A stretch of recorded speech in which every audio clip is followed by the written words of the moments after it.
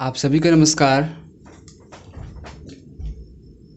पीछे लेक्चर में हमने दिए गए कोई भी दो रजिस्टर अगर सीरीज़ में हो या पैरेलल में हो तो उसका हमने मैथमेटिकल डेरिवेशन किया था और हमारे पास दो फॉर्मूला आए थे। यानी कि जब रजिस्टर सीरीज़ में हो तब हम सारे रजिस्टर क्या कर देंगे, सिंपली जोड़ देंगे।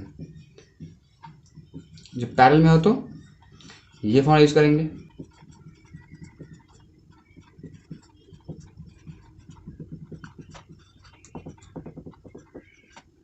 हमारे पास ये दो फॉर्मूला है कि अगर रजिस्टर सीरीज में हो तो किस तरह सॉल्व कर पाएंगे कॉम्प्लेक्स सर्किट को सिंपल सर्किट में, और अगर रजिस्टर पैरेलल में हो तो किस प्रकार। लेकिन क्वेश्चन अब ये है कि पहले तो मुझे पता होना चाहिए ना कि कौन से रजिस्टर किस तरह से जानेंगे कि वो सीरीज में है। यानी कि हम लोग कैसे पहचान पाएंगे, कैसे पकड़ पाएंगे कि दिए गए दो या दो से अधिक रजिस्टर का कॉम्बिनेशन सीरीज में है या पैरेलल में है।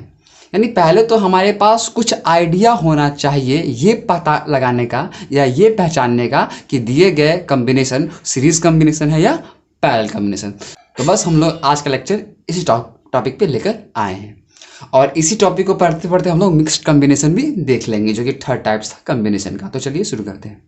एक्चुअली तीन तरीका है पता करने का, यानी कि दिए गए कॉम्बिनेशन सीरीज का है या पैरेलल का है या कैसा है, इसको पता करने के लिए टोटल 3 वेज हैं, 3 तरीका है, 3 तरीके हैं। हम देखिए, पहला है करंट मेथड, दूसरा है वोल्टेज या पोटेंशियल डिफरेंस मेथड,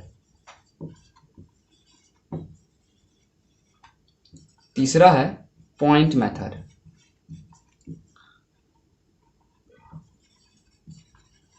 अब ऐसा भी नहीं है कि आप इस तीनों में से कोई एक याद रख लीजिए और फिर आप कहानी को आगे बढ़ा लीजिएगा, ऐसा ही बात नहीं है। जैसे मानिए एक एग्जांपल लेते हैं।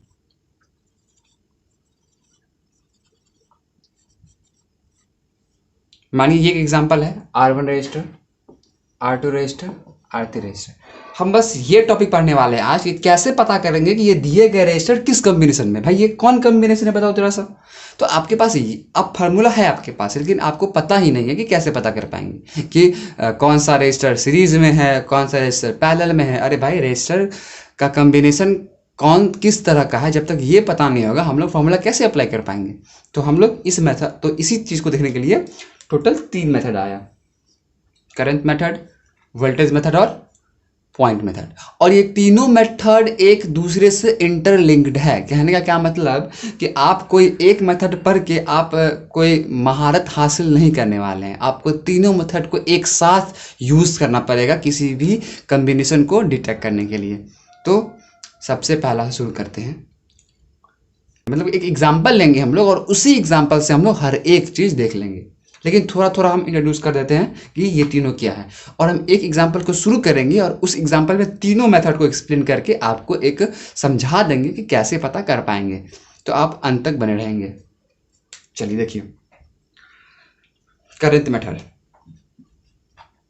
आपको पता है कि सीरीज कॉम्बिनेशन में करंट सेम होता है, ये कंसेप्ट है, पिछले वीडियो में हम लोग देख के आ रहे हैं। तो अगर किसी तरह से हम ये पता कर पाए कि दिए गए रजिस्टर में करंट अगर सेम पास किया है तो हम तुरंत कह देंगे कि ये रजिस्टर कैसा है। मानो कि जैसे मान यहां से कोई करंट पास किया एक I और यही करंट यहां से पास किया I। तो करंट मेथड क्या कहता है कि अगर दिए गए दो रजिस्टर से सेम करंट पास कर जाए तो हम क्या कह देंगे कि ये कॉम्बिनेशन कैसा है, सीरीज कॉम्बिनेशन। तो हम लोग पकड़ पाए कि नहीं पाए। तो करंट मेथड हमको कहीं ना कहीं सीरीज कॉम्बिनेशन को डिटेक्ट करने में हेल्प करेगा। वोल्टेज, पैरेलल कॉम्बिनेशन में वोल्टेज क्या होता है, सेम होता है। यानी कि अगर कुछ ऐसा लगा दे कॉम्बिनेशन,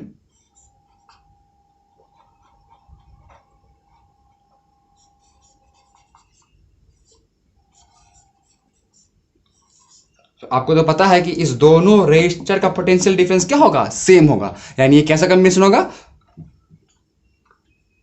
पैरेलल कॉम्बिनेशन।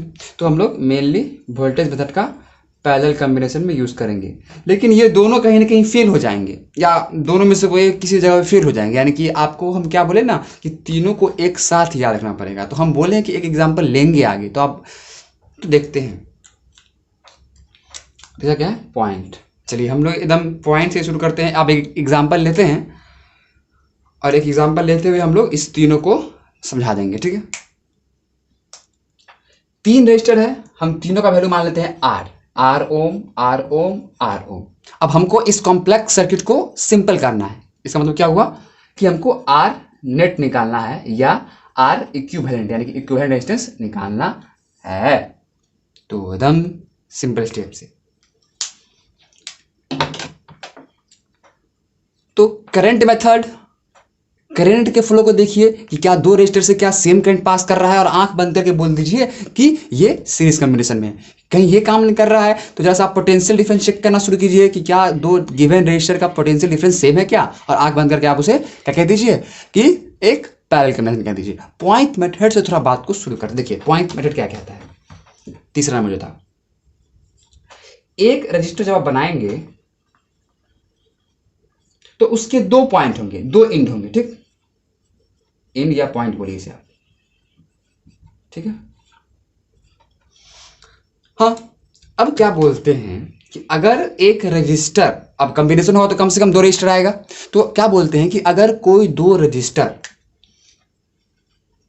कनेक्टेड है, क्या है कनेक्टेड मतलब कंबाइंड है, यानी कि अगर कोई 2 रजिस्टर कंबाइंड है और उस दोनों रजिस्टर में एक कॉमन पॉइंट है, एक कॉमन इंड है, एक कॉमन पॉइंट है। देखिए गौर से कैसे, देखिए ये हम इसको बैटरी से कनेक्ट करते हैं। बाय द वे आपको तो वैसे पता है कि ये दोनों एक ही रास्ता है, यानी कि सीरीज में, आपको तो ये बात पहले से पता है कि ये सीरीज में है, ये सिंपल सर्किट है, आप पता कर लिए। लेकिन जब ऐसे कुछ टफ सर्किट आएंगे तो वहां पे आप कंफ्यूज हो जाएंगे। तो देखिए क्या होता है,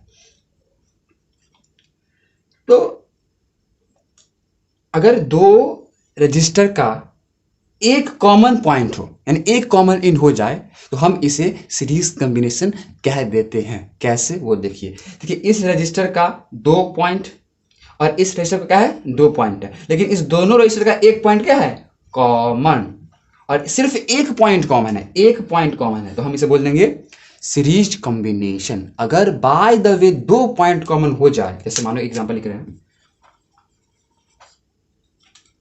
ठीक, अब क्या कर दिए कि एक पॉइंट, अब इस बार ना 2 पॉइंट कॉमन करते हैं। देखो अब आपको इसके बारे में ही पता है कि ये पैरेलल कॉम्बिनेशन में, क्योंकि ये सिंपल सर्किट है, आपको पहले से पता है। लेकिन पॉइंट मेथड को जरा हम लोग समझने की कोशिश कर रहे हैं। देखो क्या होगा, बैटरी जोड़ो, से जोड़ो। अब देखो इस रजिस्टर का 2 पॉइंट है, मानते हैं ये पॉइंट कनेक्टेड है, और इस रजिस्टर का भी क्या है 2 पॉइंट है, और दोनों पॉइंट क्या है दोनों में कॉमन है, यानी कि ऐसे क्या बोल देंगे हम लोग पैरेलल कॉम्बिनेशन। यानी कि गिवन कोई भी 2 रजिस्टर हो और 2 पॉइंट कॉमन आ जाए तो हम उसे बोल देंगे पैरेलल कॉम्बिनेशन, और अगर 1 पॉइंट कॉमन है तो क्या बोलेंगे सीरीज कॉम्बिनेशन। Get that. चलिए अब तीनों बात को हम लोग, क्योंकि जब तक एक एग्जाम्पल को सॉल्व नहीं करेंगे तीनों बात क्लियर नहीं हो पाएगा, तो अब एक एग्जाम्पल से हम लोग तीनों बात को देखते हैं। और खासकर मुझे इस तीनों में सबसे इंपॉर्टेंट करंट वाला लगता है। ये करंट सबसे सटीक पता करने के लिए करंट को दोहराओ, सर्किट में करंट को दोहरा दो और आपको पता चल जाएगा कौन सीरीज में कौन पैरेलल में है। तो हम लोग हमेशा पहला स्टेप करंट के साथ ही शुरू करेंगे। तो पहले बैटरी से करंट निकलेगा, तो बैटरी से करंट निकालो।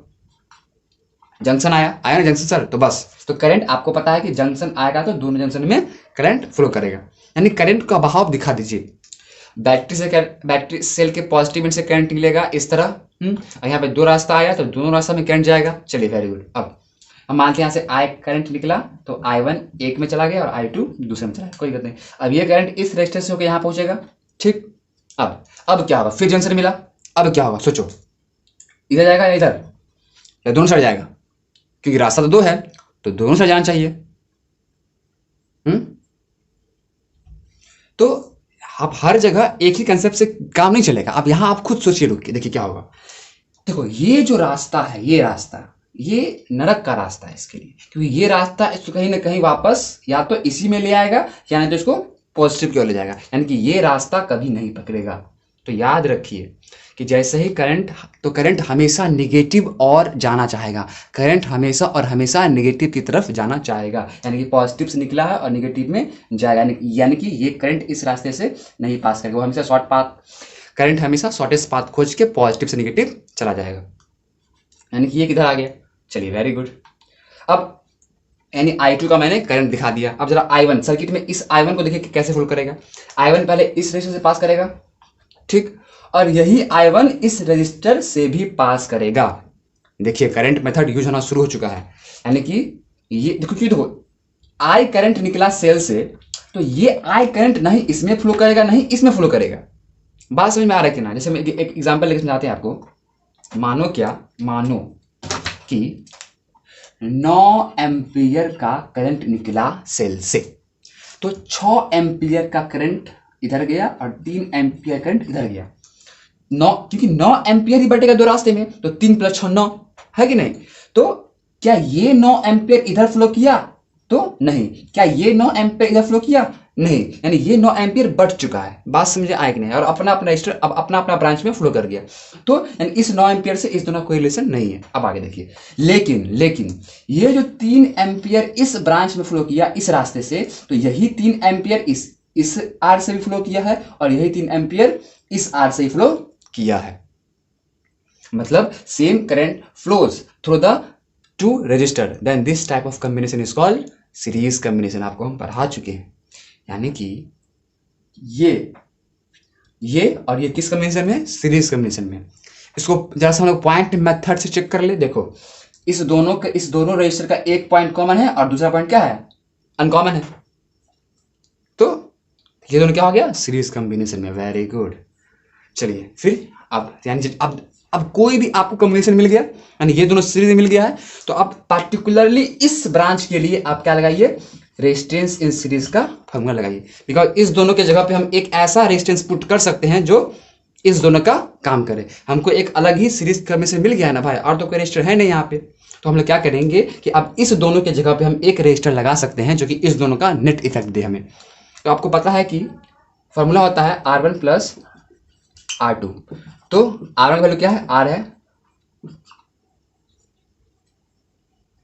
जरा हम इसका ना वैल्यू ले लेते हैं ताकि आपको इजीली समझ में आए, ठीक है ना? हम इसका वैल्यू लेते हैं 1 2 ओम, लेते हैं 2 ओम 2 ओम, ठीक है, सब 2 ओम का है। तो R1 का वैल्यू है 2 ओम, फिर R2 का वैल्यू है 2 ओम, कितना हो गया? 4 ओम। मतलब ये दोनों मिला के कहीं ना कहीं एक रेजिस्टर लगाएंगे तो कितना ओम का लगाना पड़ेगा? 4 ओम का, ताकि वो सेम इफेक्ट दे। और आपको वैसे ही पता है कि 2 + 2 कितना होगा? 4। तो यानी इसको हटा के हम क्या लगा सकते हैं? एक 4 ओम का रजिस्टर लगा सकते हैं। क्या कुछ समझ में आ रहा है? यानी कि ये जो सर्किट था,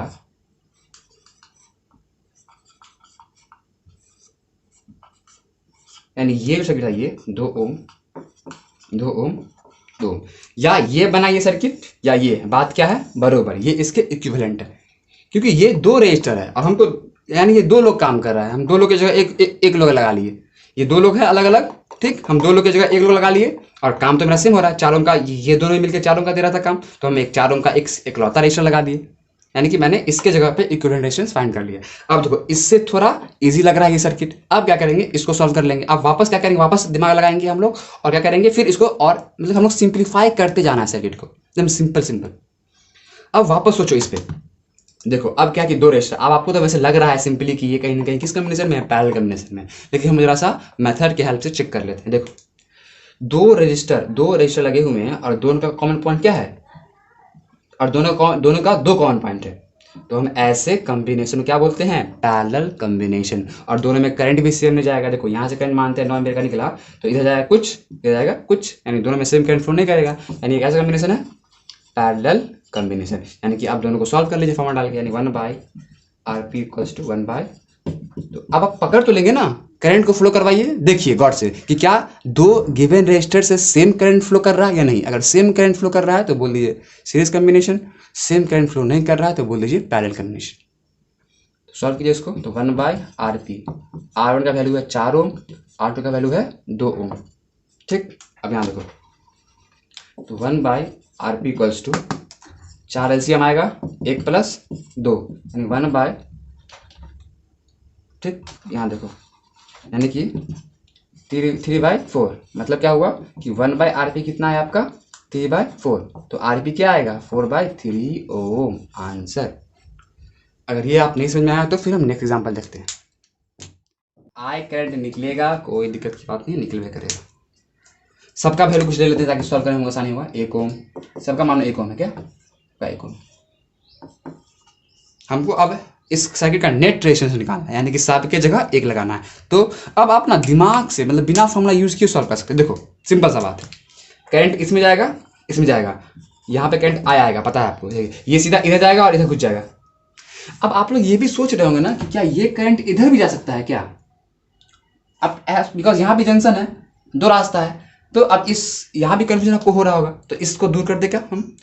तो हमेशा याद रखिए कि करंट हमेशा तुरंत नेगेटिव की ओर जाना चाहेगा। ये अब अगर इधर जाएगा तो देखो ये रास्ता किसका है, फिर पॉजिटिव की ओर इसको ले आएगा, यानी ये करंट इधर नहीं जाएगा, ये कहाँ जाएगा, इधर जाएगा, यानी सारा करंट इधर जाएगा। अब यानी ये एक चैम्बर है तो ये अकेला है, इसको आराम से सॉल्व करेंगे, कोई दिक्कत की बात नहीं। यहाँ पे 3 लगा हुआ है और सेम फंडा आप खुद से दिमाग लगाइए। इसमें मानो I1 गया, इसमें मानो I2 गया, यही I1 इधर से ही पास करेगा, इधर से ही पास करेगा और इधर से ही पास करेगा, यानी these all 3 are in series combination without using any formula or any extra mind, just put the value। अब 1 1 1 फॉर्मूला पता है, 1 R1 plus R2 plus R3, 1 1 1 3, तीनों, यानी तीनों को फटाक से मिटा दो और क्या लगा दो, इसके बीच एक ऐसा रजिस्टर 3 ओम का, यानी उस 3 की जगह ये अकेला काम करेगा, सेम इफेक्ट देगा। नेक्स्ट, अब नेक्स्ट आते हैं। अब तो दोनों पैरेलल में आ गया ना, अब दोनों पैरेलल में आ गया, इसमें प्रॉब्लम है। अब आप क्या करिए ना, आप कुछ क्वेश्चंस बुक से सॉल्व कीजिए, हम 1 2 क्वेश्चन और करवाते हैं यहाँ पे, और बताइए मुझे कमेंट करके कि क्या प्रॉब्लम है आपको, क्या इसमें और प्रॉब्लम हो रहा है, क्या फिर से मुझे वीडियो बनाना चाहिए। I will make for you guys, okay, if you'll comment, if you'll contact me anyway, thank you. अब पैरेलल में है तो आप फॉर्मूला लगाइए, 1/RP equals to 1/R1 1/R2। 1/RP निकालना है, R1 का वैल्यू 3 ओम है, इसका वैल्यू 1 ओम है।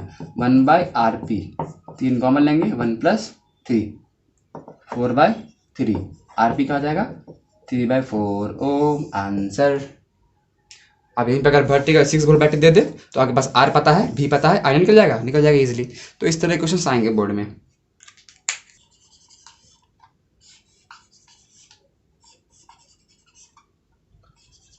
हम वही बस सिखा रहे हैं आपको सीरीज और पैरेलल पता करना, और कुछ नहीं।